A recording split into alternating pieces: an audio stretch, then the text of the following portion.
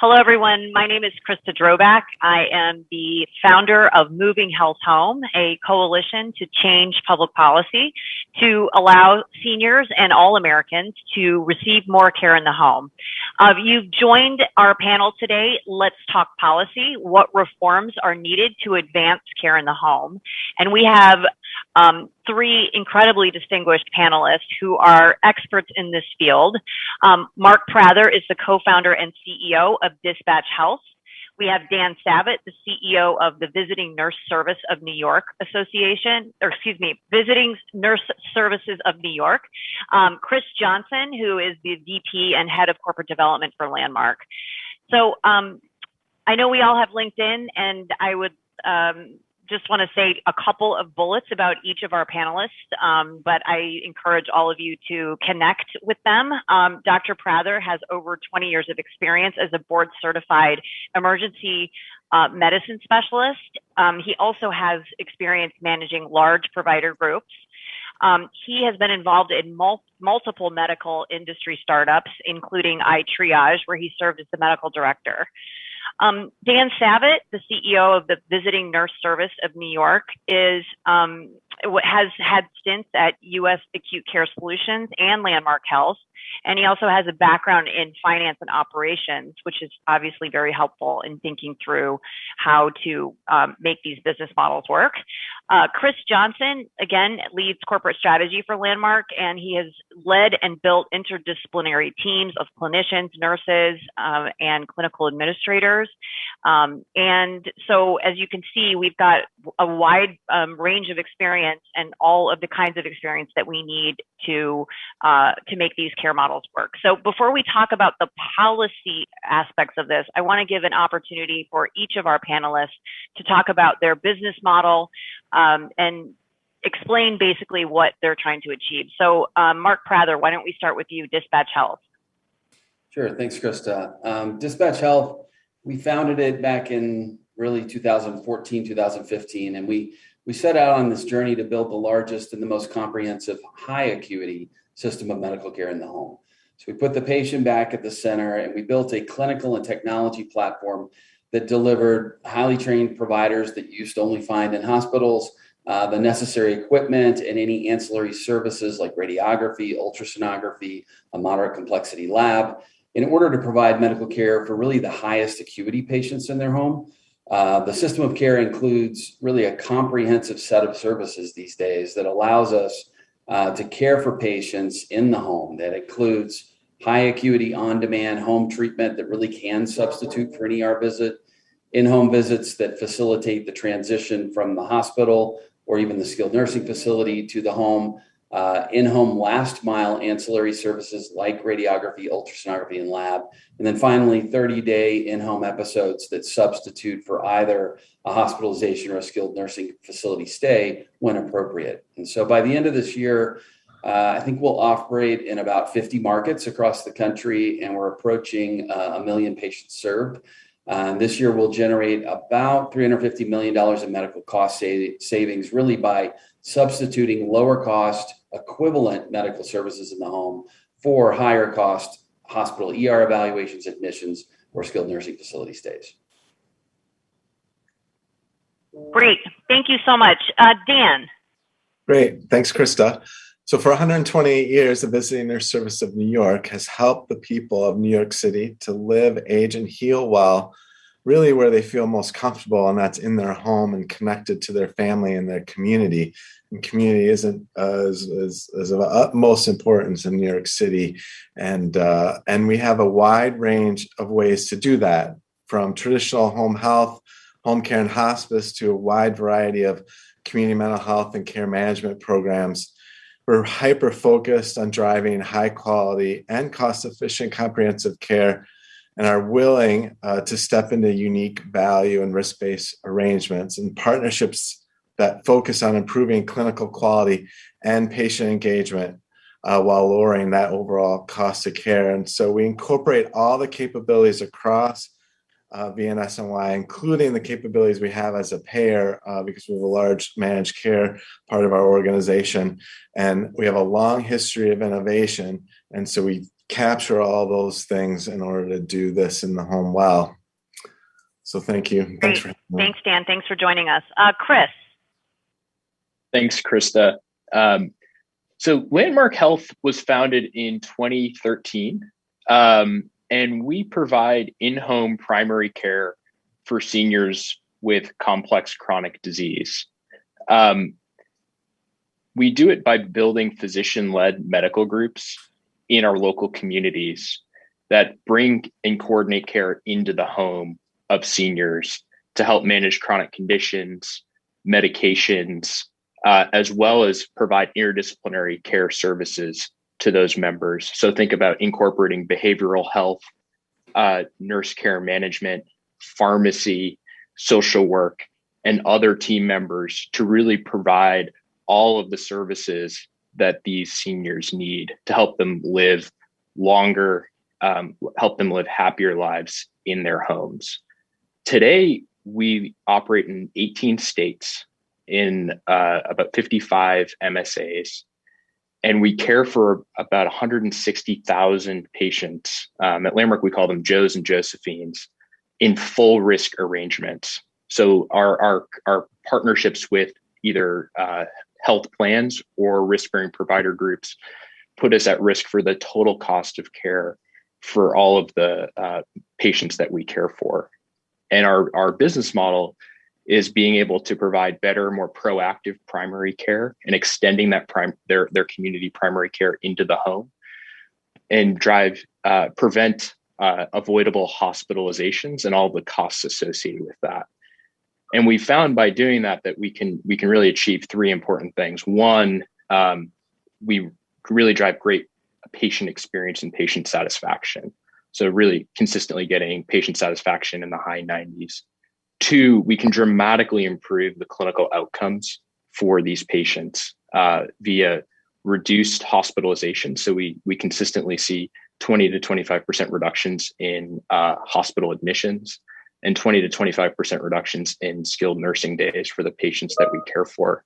And maybe most importantly, we actually see about a 20% reduction in mortality for the patients that are under care of Landmark. And finally, we're able to reduce the overall cost of care. So we're actually able to reduce the medical expense and medical loss ratio of the patients we care for by about 20 to 25%. And that's just generating savings not only for Landmark, but also savings that can be reinvested by health plans and by CMS into better benefits for patients to keep them home in their community. Thanks, Chris. Statistics like that are incredibly important to policymakers. And I just have to put a plug in here that Moving Health Home Coalition will be releasing a study in conjunction with Avalier that will feature 4 of our members. And some of these statistics will be included in that because we're trying to educate policymakers on the kinds of models that are available today and the successes that they've had.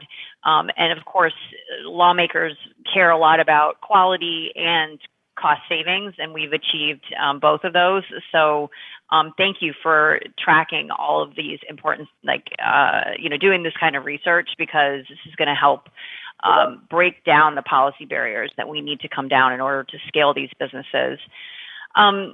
So as all of you, thank you, are members of Moving Health Home and have, by joining, recognize how important policy changes are to actually making care in the home a real option for all seniors. So I really want to just get to the bottom of some of the barriers that you're seeing on a regular basis on the ground. As you know, our working groups in Moving Health Home are hospital at home, SNF at home. So how can we help patients recover in the home? And then all the other things that make care in the home, that are necessary to make it a reality: home infusion, home pharmacy, DME, all the things that you wouldn't necessarily think of as policy related to care in the home. So we've got a wide breadth of things that we're trying to address, but I'd like to hear from each of you. When you think about policy, what are some of the big barriers that you'd like to see Congress break down over the next couple of years. So let's start with you, Mark. Yeah, thank you. Well, you mentioned hospital at home, and I know we should move away from that nomenclature. So we'll call it acute care in the home for now. So we really don't have an adequate reimbursement model for that service. We have developed over time contracts with managed care entities, and the way we've structured it is based upon medical literature, where we said there needs to be a strong utilization management function on the front end, so that you're ensuring that these are really substitutive admissions.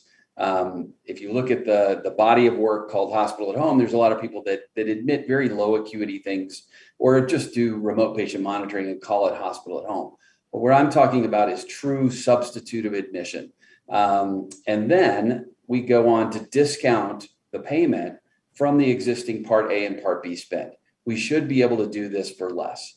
And then lastly, we commit to 30 days of management in that episode, with the goal of driving down readmissions. And in the literature that works, and in our model that has worked as well. We're running about a 4 to 5% readmission rate at 30 days, compared to a 12 to 20% in the hospital. So again, you can do this through a managed care partner, but there is no way to do it with CMS as the partner. There is a waiver program, and we were one of the folks that had the opportunity to have input there. But it has significant limitations. You have to start an admission in a hospital ER. We can dive into all the operational challenges of that. And I can speak to it, and probably Dan can as well, as ER docs don't think this way, but that starting spot is limiting in terms of both the uptake as well as the erosion of the margin. You get a fixed payment, and if 2,000 of it has to go out immediately to an ER visit, that's challenging. So that's one thing that needs to be addressed. Number two, we found ourselves suddenly as one of the larger providers of mobile imaging in the country. I didn't really anticipate that, but for a high acuity model, we really needed faster turnaround than we were getting with some of our partners. And so we ended up acquiring a program and have scaled that. So if I have a homebound member and I need an X-ray, well, CMS will pay for that, and it'll pay for the incremental cost of taking that to the home. But what if that member needs an ultrasound or an echo, which could be maybe arguably more valuable, that is not paid for? Same thing with lab, same thing with DME. So that last mile delivery for certain adjunctive services needs to be addressed if we're going to really tackle high acuity in the home. And then I'll touch on one more because I know everybody else has some more, but maybe removing barriers to home dialysis and supporting other policies that increase the access to home dialysis for Medicare beneficiaries would be great. So I won't take them all. Dan, I'm sure there's something left for you to talk about. Mark took all the good ones. No, I'm going to go in a little bit different direction, and that's around the dual eligible population. And so the lack of integration between Medicare and Medicaid. And we really see this in our market and many markets that you have Medicare that pays for acute and episodic care, Medicaid pays for the long-term care and for those that need it.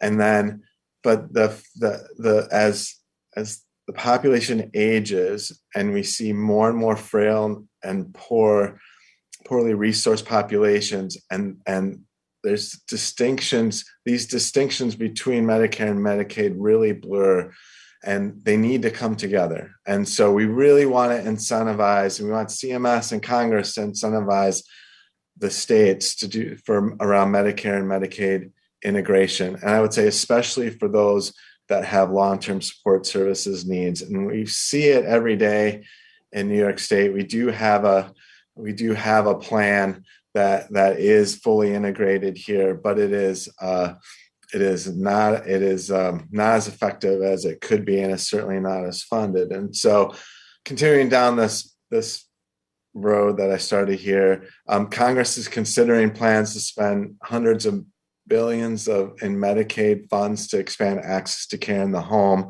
through the home and community-based services part of the bill. But about 75% of Medicaid beneficiaries with those we'll call HCBS or LTSS needs, the long-term support services needs, are fully dually eligible for both Medicare and Medicaid, but only 10% of those are enrolled in programs that integrate the two. And so dually eligible beneficiaries are the most complex, and they're the most costly, and they're the most costly to both Medicare and Medicaid. So this population, especially the ones that need LTSS services, which is highly intensive in the home, the 20% of Medicare and 15% of Medicaid, the population, but a third of the cost for both programs. And so we really need something that tackles this population differently. And so integrated care management programs for homebound individuals can really leverage the value of regular care and care management in the home.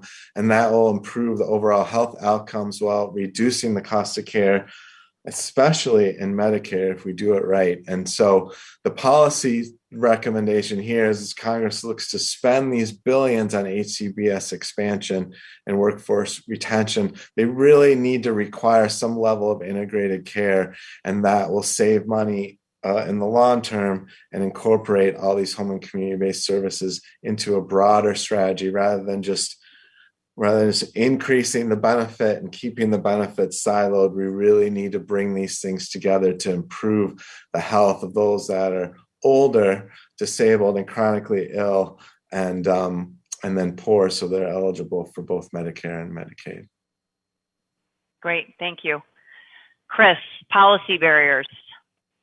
Yeah, so I'll try and add to the list, and I'm guessing we're starting to build a pretty daunting list here, but I think from the landmark perspective, there are a couple. One, and I think Mark hit on this a little bit earlier, is a lot of the most innovative models that you see bringing new care delivery capabilities right now are happening in the managed care population, so and primarily Medicare Advantage. And I think that's because that program and those entities are given freedom to create new payment models and value-based payment models. And those models better align with the patient needs or the member needs that they're caring for than traditional fee-for-service medicine. And like the case in point for landmark would be that the rate that a landmark visit to one of our Joes and Josephines would be paid in Medicare fee-for-service or traditional Medicare only covers about 30% of our actual costs to deliver that care. And the reason why our model makes sense is that by investing that extra upfront, we're able to reduce avoidable downstream costs to the system. So yes, it's a $300 in-home medical visit, but that visit is helping to prevent a $12,000 inpatient admission, potentially $12,000 of a skilled nursing stay, as well as additional DME and other expenses that would have happened. And new payment models allow for alignment of incentives between innovative provider groups and provider organizations and the payer at the end of the day. So I think that's like the biggest opportunity in my view is Medicare and Medicaid both need to continue to think about how do we really infuse true value-based care paradigms into the market. The second, I think, opportunity, especially as we think about bringing care into the home, is that care in the home is not kind of appropriate for all patients. And I think that's been one of the things that makes policymakers nervous about higher reimbursement rates for things in the home is, well, if they could have received the same quality care in a clinic and I'm not getting downstream savings, I'm just paying more to do things in the home. And I think to counteract that, policymakers really need to think innovatively about how we segment beneficiaries and members and create ways to actually introduce beneficiaries to the care models that might best meet their needs. Not necessarily mandating any type of care, but helping to educate, especially our senior population, to the new care delivery options that are available in their community that otherwise they might not know about, and wouldn't be able to take advantage of. And I think policymakers can really help to create the market to spur more innovation in our communities. So those would be the two areas that I'd push. If we could achieve more integrated and value-based care, we would solve a lot of problems, because it's such a challenge to actually implement innovation in healthcare because we have such rigid rules and siloed programs. So it's good to hear that integration is still, and value-based care is still on the top of your agendas, because policymakers have definitely moved away from thinking deeply about those topics. We had many more conversations about value-based care and integration sort of in 2009 through 15 timeframe, and we've now just started talking about funding the programs more intensely. So it's up to us to tell the story of what can happen if we have better value-based care arrangements, and obviously the opportunity that Medicare Advantage offers us and the special needs plans offer us in demonstrating what capitated payments and at-risk payments and integrated programs can actually do. So one thing I just want to plug is that a lot of lobbying is just about educating, and the educating lawmakers on these integration and value-based care challenges is really important. One of the things that I've been struggling with and want to hear from all of you on is we don't want to just move the facility-based care into the home. So I've noticed in our segmentation of work groups in Moving Health Home, we have, acute care, we have primary care, we have all of the things that we need, ancillary services like home infusion and dialysis and all of the things that go along with acute care and primary care. So my question is, how do we talk about moving care into the home in a way that doesn't just break down into a discussion of all the different services and the changes that we need to this line or that line? Is it I guess an at-risk arrangement, or how would you describe to a lawmaker if they said, well, don't we just need to change all of the policies and all of these different pieces and just say that you can do it in the home? So Mark, I know this is a hard question. I think at least it's been a hard question for me, but I'd love to hear your thoughts to start. Well, I think the basic premise that moving services from the hospital to the home is not what we want to do may be wrong, because I think it is what we want to do, because we should be able to do at least a portion of it for lower cost. And that's because over time, the costs in the building have inflated such that run-of-the-mill ER visit, 60% of them, really can be done for about a fifth the cost of that ER, and hospitalizations the same way. So I do think that there is a benefit to shifting to that lower cost environment. The real key here, and we haven't talked about it yet, is the efficacy of the home. And I'll be frank with you, when I trained in the late 80s, early 90s, we didn't do house calls. Like, the house call was dead. I'd never even heard of it. And it wasn't until about 2010 that I picked up some articles from this guy named Bruce Leff out of Hopkins, a maverick of a geriatrician who was hospitalizing people in the home in the late 90s. And you start to piece together this really big body of literature that suggests, at least for certain populations, that there is profound efficacy to be found by delivering care in the home.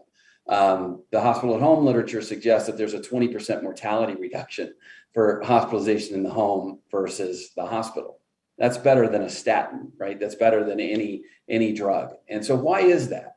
And so I didn't believe it at first, but over the course of 6-7 years, I've started to believe it. And here's what I think it is. It's the data, the environmental data, and Dan can probably speak to this as well. When you walk in that home, you instantly have more data to make a more personalized care plan. As an ER doc, I had care plan chocolate and care plan vanilla. And at the end of it, I handed you one of the two and hoped you did okay, right? And I end up with a 20 to 25% recidivism rate. At the end of my visit in the home, I can now sit down, understand that you can barely walk across the room. There's no car in the garage. There's no family members. I would be embarrassed to write, see your doctor in 2 days. All of a sudden, that care plan becomes very personalized, and I figured out how to get you a ride. So instantly, for a subset of the population, we deliver better care that results in lower longitudinal utilization and less recidivism. So that's the point that we need to get across. And maybe it's not for everyone, as we said, but it's for a lot of folks. I do think it's the right move. So Dan, what kind of language would you use? If Mark says we need to talk about hospital at home, we've been using care in the home. Is there other language that we could use to describe all of the things that can happen in the home? I mean, you've been doing this for a long time. Is there a better way we could couch this for policymakers that isn't just we're going to do a bunch of services in the home? Like, how do we say it's higher value? How do you describe it as higher value? Yeah. I think it's a pretty big leap to try to get them to think that way, which is why we segment the conversation. Yeah. I mean, because they just, but I agree. So maybe we should say primary care in the home, hospital in the home, chronic disease management in the home. I mean, because and then we can say we can do the whole spectrum. I think there's primary care, there's acute condition management, right? And acute, that could be, someone who should be or not should have been, but could be in the hospital, right? But they were able to take them at home. It would encompass home health, right? And encompass what we call SNF in the home, which is still like a little out there. We're not quite sure what that is. And I think don't tell that to policymakers because we have a bill on that. Yeah, no, I get it. But in practicality, they're kind of all the same. The acute side is the same, is one area. That's what I would focus on. And then the other side is prevention, right? Like it's what Landmark does. We do it at Visiting Service of New York. Mark does it at Dispatch Teams, which is we're going to engage that beneficiary longitudinally, and we're going to keep them in the home, keep them healthier and safe. As Mark said, when you go in the home, you see everything, right? The doc doesn't see it in the primary care office. You don't see it in the outpatient clinic when they go to urgent care. You don't see it in the ER. You can see it in the home. And so what we need to do is continue to encourage these longitudinal programs. And I think things like carving in hospice is one way that we can do that, so that in the last 12 months of life, we can really, where the in and out of the hospital is the toughest, like we can start to really hone in on those last 12 months of life and keep that churn from happening and take care of people much better as they approach that. So I would probably segment into those, and I would include end of life as a third bucket. So end of life management, the acute setting, and then longitudinal primary care, or however we want to think about that. But because they take different clinical miles and different financial miles and a different set of resources and technologies. So if you bucket them in those three, I think that might be a more efficient way of talking about it. And Chris, Landmark segments your description of what you're doing in this way. Isn't that right? We do. I'd say of Dan's buckets, we tend to focus more on a longitudinal relationship with a patient. So when we see patients, they kind of generally see us through the end of life, maybe for 5, 6, 7 years, but they're high acuity throughout that phase. And our interventions are not focused on doing things that were done in the hospital more efficiently in the home, but actually, can we get ahead of chronic disease exacerbations? So like if someone has heart failure or COPD, can we get ahead of that exacerbation that often led to a hospitalization to actually kind of wipe that hospitalization off the map? is like the core thesis of the landmark model. And it's right for a certain subset of the population. We find it's about 10% of Medicare patients in a dual population, is probably 15% of patients really meet the clinical criteria where this model will drive really effective clinical outcomes that are highly differentiated from traditional brick and mortar medical care. So I agree with that premise. Okay.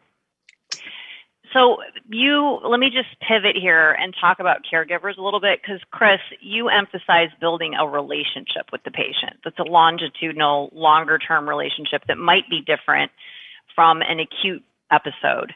What about the caregivers? How do you, I'm assuming Landmark must make it a priority to also get to know the caregivers, because they're your hands while you're not there. And so how does Landmark think about caregivers?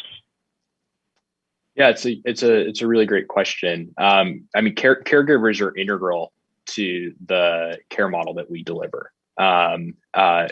Fortunately, many of our patients have the opportunity to live with a caregiver, whether that's a spouse or a family member or a friend whom they're living with in the community. An interesting stat is we visit our patients on average 8 times per year for about an hour-long visit. And we actually have 7 documented interactions with their caregivers as well. So we're seeing the patient 8 times a year. We're also having about 7 caregiver conversations and using those relationships to help make sure that their eyes and ears on the patients between our visits. 2, helping the caregiver to understand how they can enable, their mother, their spouse, to continue to live a happy, healthy life in their home.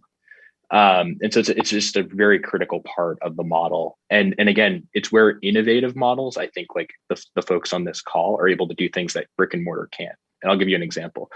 Our providers will often have family meetings with the family and their patient in the evening. So they'll wait till 5 o'clock, schedule that as the last visit of the day if they need to have a family conversation where the family can all be present with the patient in their home, so that everyone's on the same page, everyone understands what's going on with that patient, and breaks down some of the communication challenges that often exist as you have, an elderly patient with serious disease. And so I think it's just an invaluable thing. I think it's something that is really only possible as you think about home as a setting. The idea of having 8 family members show up in a doctor's office for a consult. I can't imagine how. I mean, Mark's a physician, so he can comment on it better than I. But that's just not going to happen.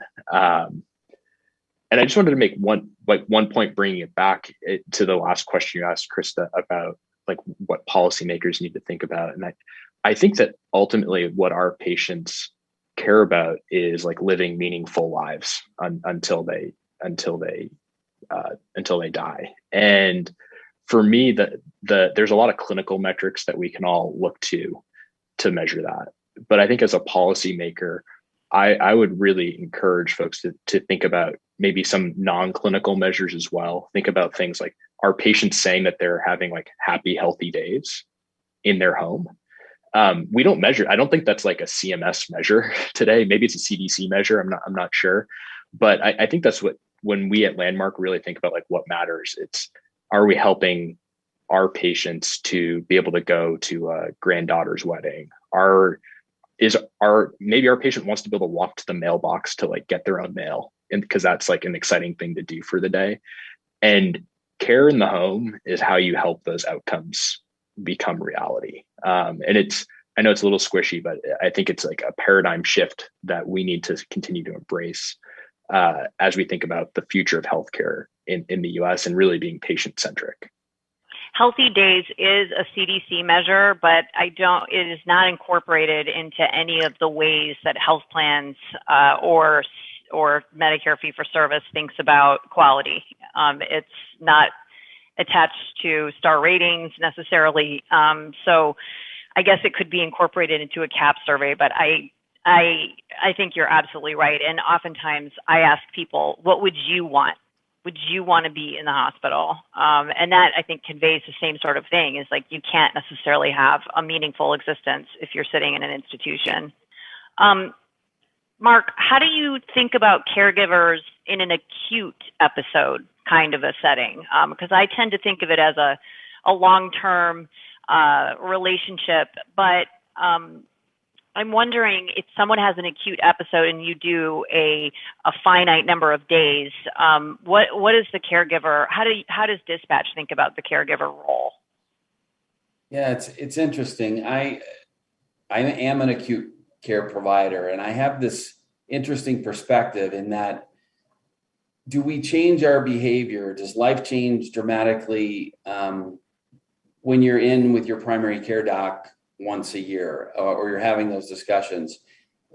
Not always, but sometimes when people would come see me in the ER, they were at their worst, right? Or that moment was the worst, and I had a real chance to impact outcome.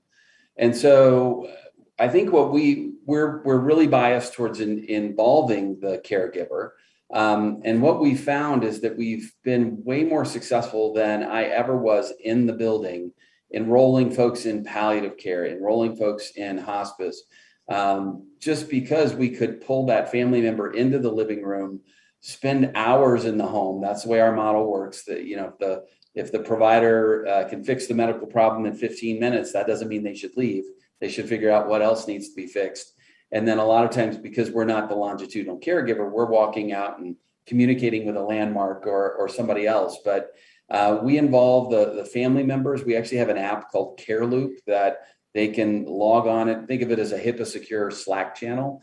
And so the family member, if the patient wants them, can receive all the subsequent follow-up, the labs, the x-rays, the EKG, and they get looped into the discussion and the outcome. So that's great that you actually have gone as far as having an app that loops them in. My dad gave me the credentials for my mom's electronic health record, and I was like, I don't really know what to do with this. But Dan, workforce is a topic that is of great discussion here in Washington. We don't have enough people to care for the people today, much less the seniors of the future. So how are you thinking about policy related to workforce and what we do to make sure that we've got enough people so if we are able to change these care models that we actually have the workforce to implement it?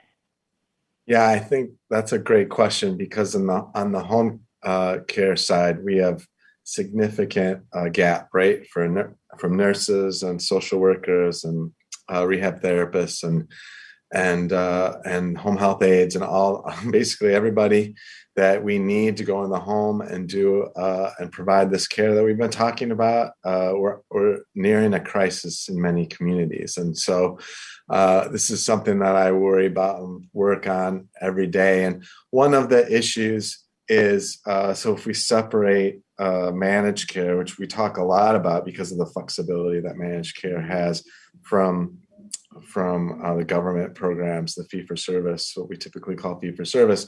On the managed care side, we really need a broader understanding of the value of what can be brought into the home. And so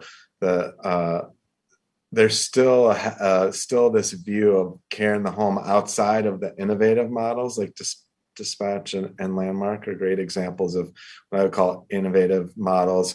Outside of those, for traditional home health and the like, the payment mechanism is just doesn't fund for the workforce, and so we have to deal with that. There's just not enough adoption of more innovative models. So where the money is. And then on the traditional models, like in home health and providing home care, and on the Medicaid side, the payments are just much too low. And so the first thing we have to do is if you want to get folks out of the hospital and have them take care home, you have to pay that way, because we can't pay our staff the way that we need to, because the reimbursement just isn't there, whether it's managed care or a fee for service. And so that's where we need to start, is we need to get money into the hands of the workers that are going into the home. It's a really hard job. I in New York, it's you're walking, taking the subway, carrying a big bag, and walking up 5 floors and down 5 floors, going to the next visit. And then, you're on the hook to do 7-8 visits a day. Otherwise, your manager is getting all over you. And so it's a really tough model of care. And that goes for hospital home and SNF at home. It's all the same resources. It's a very difficult job that we have not recognized through the payment. So first, we got to get the money into the models. And then we need to incentivize the workforce. So we need more programs, like whether it's loan repayment for nurses and social workers and other paraprofessional staff. So we've got to think of innovative ways to get people wanting to work in the community and give them an incentive to do that. So the wages have to be there. We got to attract them. And then we also have to think differently as well. I would add one last one that might feel different to folks, but like on the home health aid side, and the home health aides really provide just an amazing level and important level of service for especially for home health and hospice and for LTSS type services or health plans. But we've got to look outside of our current. Frankly, most of our home health aides are immigrant women. That's just a fact. They're hardworking, they're dedicated, they love their patients. And so we're going to need, with the way our country is headed in terms of its population and the lack of, we're getting older. Let's just say it. And Mark and I feel that every day. And there's just not enough workers, and we're going to have to solve this potentially through immigration policy and the like. But we've got to get workers in the system, or all these models that we want to do and talk about and love, and they're just not going to happen because the workforce just isn't going to be there. Yep. Okay, we have a few more minutes. Mark, I want to ask you, you have a different workforce that you're dealing with. Like, what is the profile of a physician who would transition from an ER job to an in-home job? Yeah, I've learned a lot over the last years. So I just assumed that I could hire an ER provider, an ICU nurse, a doc from the hospital ward, give them a couple of days of training and everything would be good. It doesn't work that way. And so over the last 5 years, we've really created our own training program. We call it DispatchHealth University. It takes weeks to complete. We monitor for an entire year. And the education is really reorienting this highly qualified facility-based care provider to the home, the etiquette of the home, the re-emphasis on clinical exam and history. Over the course of my 30-year career, we forgot how to do that, right? Everyone just went into a CAT scanner. We need to educate our clinicians on acute clinicians on longitudinal care and some of the efficacy of addressing some of the social situations that we find. And that just doesn't exist. I alluded to it, but the home almost has been viewed as a second-class site of service forever. And if we were to think about policy that if all it did was validate and normalize the home as a site of care, that would be a big plus for us in terms of recruiting. But as it stands, I end up getting mavericks, right? I get these folks who are disenchanted with the hospital-based level of care. They want to do something unique. And so that's my workforce today, but we're 1,700 folks today, and we'll probably be 3,000 by the end of this year. It's just the way we grow, and it's hard. It's hard to attract. So, Chris, have you noticed over time that your practitioners have stayed with the home-based care? Do you think that there is, did they see do they find professional fulfillment in going into the home rather than a facility? Yes. I think our experience is probably somewhat similar to Mark. So, the hardest roles for us as we continue to grow to find our physicians and advanced practice providers. I would say we typically have had two types of folks that are drawn to our model.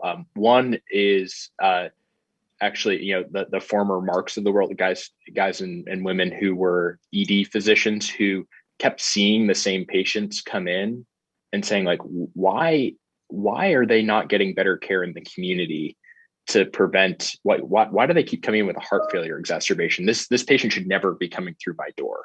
So that's kind of one bucket that we've seen. And then the other are geriatricians. Our model is very aligned with the geriatric model of care, which is combining, I think of as, great longitudinal primary care with a deep understanding of the patient and what's important to them.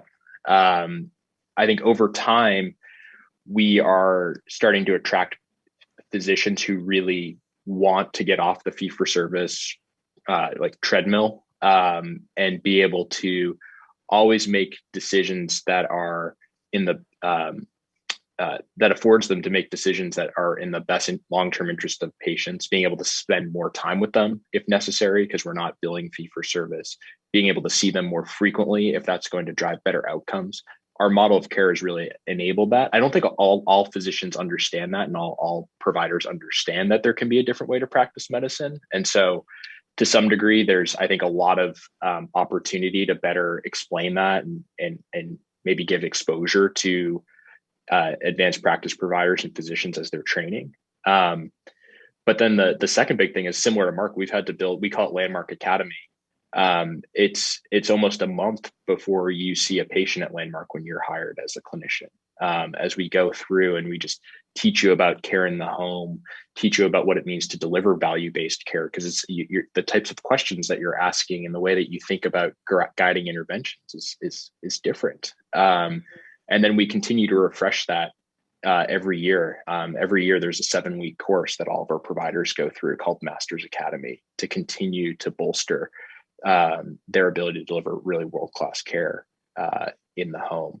And I'd say like finally, and I think Mark touched on this a little bit, the really interesting thing is in value-based care, I think it can be very empowering as like the primary care physician or the acute kind of urgent care type interventions that Mark's team does at Dispatch, because you have as much time as you want with that patient, and you're in an organization that's telling you, hey, use all of the skills that you had from medical training to do everything you can, spend as much time, spend as many resources, as long as you're helping that patient stay at home and healthy and stay home and stay healthy, which not criticizing other kind of systems of medicine, but I think it's harder to do that in the fee-for-service world. Thank you. So we are out of time. I want to thank all of you for incredibly thoughtful comments. I think someone walking into this conversation without having known anything would learn a lot about the policy barriers and the things that we're working on together through Moving Health Home.